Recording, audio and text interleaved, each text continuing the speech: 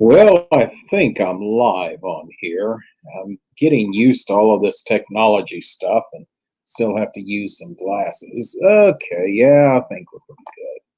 So, if someone would like to go ahead and say good morning in our chat box, feel free to do so. That way I know that I am on and I've got audio going. So that makes me feel quite a bit more secure. Excuse the background today.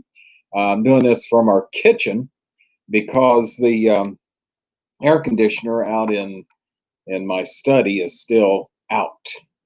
And on a day like today and like the weather we've had, air conditioning is great. So anyway, welcome, welcome. I'm Dr. Michael Lane, and you're tuned in to Bound to Excel.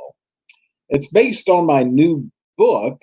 It's entitled Born to Win, Bound to Excel, because we want to downplay this whole idea that a lot of people have had over the years, and for however many years you can imagine, the ideology that we're born to lose. And that is not true. We are not born to lose. It doesn't matter what family you're born into. It doesn't matter the conditions in which you were raised. It doesn't matter your environment, your level of education. You were not born to lose. You were born to win. And especially when you've come to know Jesus Christ as Lord and Savior. That's getting first things first here. And to understand the importance of having a spiritual relationship, just as we have other relationships in this life. And I hope that you're having great relationships with whomever it is, because that is a very important part of life. Well, to let you know a little bit, I am an ordained minister and I serve as an archbishop in the Lutheran Orthodox Church, but I am also a contributor to our local newspaper, the Greensburg Daily News, as a weekly columnist. And I've been doing that for about 10 years now. And it's been a fantastic opportunity to get my writing skills or my writing chops in order. And it's helped a bunch. It really has. So it's quite a chore to come up with new ideas and have to do that on a weekly basis. So yeah, that gets to be a pretty good chore, but it's a great thing to be able to do. So anyway, today I wanted to talk to you a little bit about the importance of respite during stress. We're certainly living in times of stress, are we not? These times of stress that are saying to us that, hey, you got coronavirus, so it's shelter at home for at least 14 days at a time. If you suspect that anything's going on with the COVID-19, and it's just the stressor of watching the news, which I say let's curtail how much news we're watching. Let's curtail how much mental time, brain power we are giving over to the coronavirus pandemic that's currently going on. And we hear numbers float around an awful lot. How accurate they are, well, who knows how accurate they are? We just know that the thing is happening. And so we go from there. Oh, Barry Cox, good morning from North Carolina. AC is good. Yes, yes, yes. Barry, thank you. I'm glad that you have joined us this morning.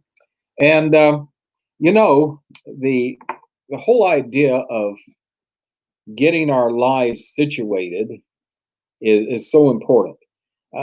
We have a lot of stressors. I mean, just various kinds of stressors without a pandemic, right? I mean, you have social stressors, personal stressors, spiritual stressors, financial stressors, and the list goes on and on. So, how are you dealing with it? What are you doing? Let me tell you a quick story of what Donna and I did last week. And we felt this was very important. Um, we decided, well, Donna decided, she had a few days of vacation from work, and she says, I want to get out of town, even if it's for one night. And let's go. I said, well, find a place and let's do it.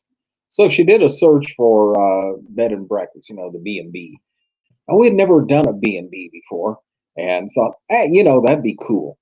And so she found one a little further south from where we're at here in Indiana, down in Salem, Indiana. And what a fantastic drive it was. Only about an hour and a half or so, but it was a good getaway. And as we traveled, we gave our two dogs, Daisy Mae and Rudy, a rest, but also we gave them over to a boarding kennel, so they had their own bed and breakfast. So we took our journey south, and it was a beautiful day, sunshiny day. And if you look back to a week ago today, you'll find that video. I did it in the car, and that was just a lot of fun. So we traveled south to Salem. We had not really been to Salem before, but it popped up and thought, hey, why not? TripAdvisor says, hey, it's a great place. Google loves it. So let's do this. So we travel, and I'm enjoying the scenery. It's just beautiful, beautiful. And we arrive in the town, and so we just go downtown. We were there early, so we went downtown Salem, and it was a quaint town of about 4,500, and the circle had all kinds of shops around it. The courthouse sat right in the center of the circle, and so you made your way around, and we took a little bit of a foot tour and checked out some shops, and that was a lot of fun. And we continue looking and find this bakery, coffee shop, and I asked some local, says, is that place any good? I said, oh yeah, yeah. Now mind you, I'll plead the fifth on the donut, okay? But I understand they're really great. And we went in and sat down, and it was a beautiful place. They not only had a full service bakery, but they had a full service coffee bar. And I got a coffee, Donna got a drink, and then we sat down and just sat there for a while, just relaxed. Oh, it felt so good. Now we've got a nice place here in town to go, but they're not open as of yet, where you can go in and sit down, just a drive-through. So this is really cool. Okay, so we did that. We then made our way out to the B&B, which was in the country, and beautiful surroundings. Wow. I mean, we kept making right-hand turns, left-hand turns. We finally arrived. Pulled into the horseshoe style driveway, and got out, made our way up to the house. Now, I have to tell you, the place is well manicured.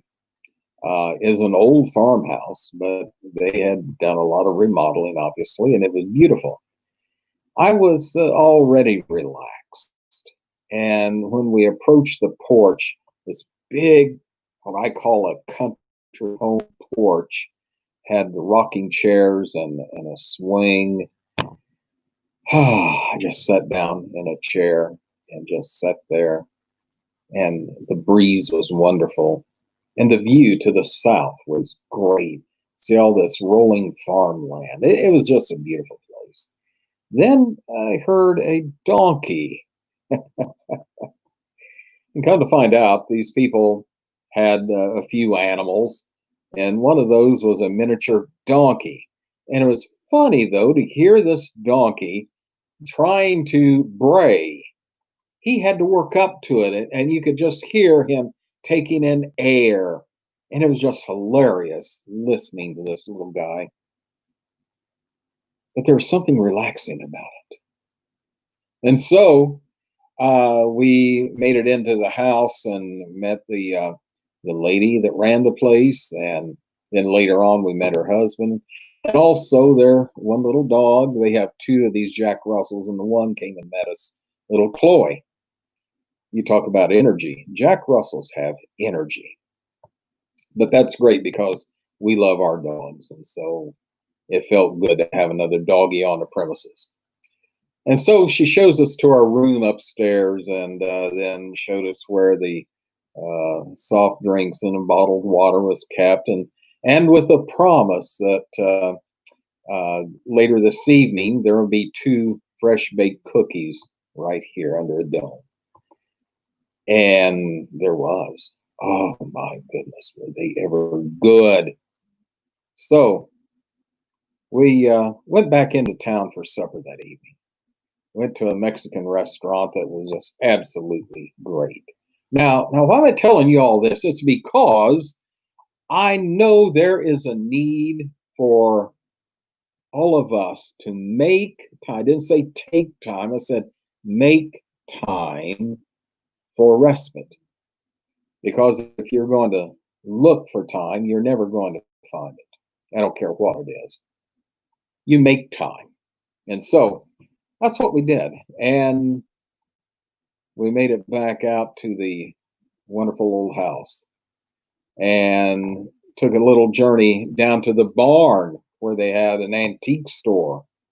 Oh, and by the way, they had jams and jellies. And there I found a jar of pumpkin butter. I had not seen any pumpkin butter since I was a child when my grandmother made some at our house. Delicious. And I bought a jar of that, brought it home, and let me tell you, it's good. It's very much like apple butter, but it is so tasty. Well, that's part of the respite thing, is finding something you really like. I also found a neat picture at one of the antique stores that got pretty reasonable, and it's just something, an advertising piece about an egg farm that is on the very, very southern tip of Indiana and still there. This sign is old. So you see, those kinds of things. And we began to unwind. And Donna says, I'm relaxed. I'm relaxed. And we shut it down for the night. And it was so nice, so relaxing. We just enjoyed it so much. You see, when life gets filled with all the stressors and all of the hassles that you have to deal with, and we all go through that, and we're still going through it, right? We must make time for some respite. In other words, take a vacation. You may not go far, you may not do much, but get away from what you normally do. There was a TV in the room, but we didn't watch any news that day. Not a bit. I mean, the rest of the world could have, we wouldn't have known anything about it.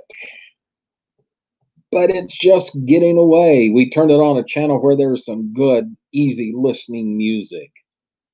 It felt good. So the next morning we get up and they advise us breakfast will be ready at 8:30. We go downstairs in the dining room and out comes this nice breakfast. Wow. Enjoyable and great fellowship with the owners. They're just great people. Both are retired from education, public education. She had spent a lot of years as an administrator, and he had spent a lot of years in industrial arts, or whatever they're calling that kind of course today. And we had a great conversation. It was really wonderful. So my suggestion to you is make time to get away, even if it's only for one evening. Find a cool place to go, maybe a bed and breakfast, and check it out. Or even if it's just going to a nearby town and getting a motel room for the night. Make it relaxing. Enjoy your time. If you're married, enjoy your time together. Because there's a lot of stuff that goes on in life, right? But I want to tell you today that you can do this and your life can become better and not bitter. Your life can become tremendous and not horrible or horrendous. Remember, you're born to win and you're bound to excel. Thanks for being with me. I'll see you next week right here for hashtag Think Positive Thursday. God bless you. Have a great day.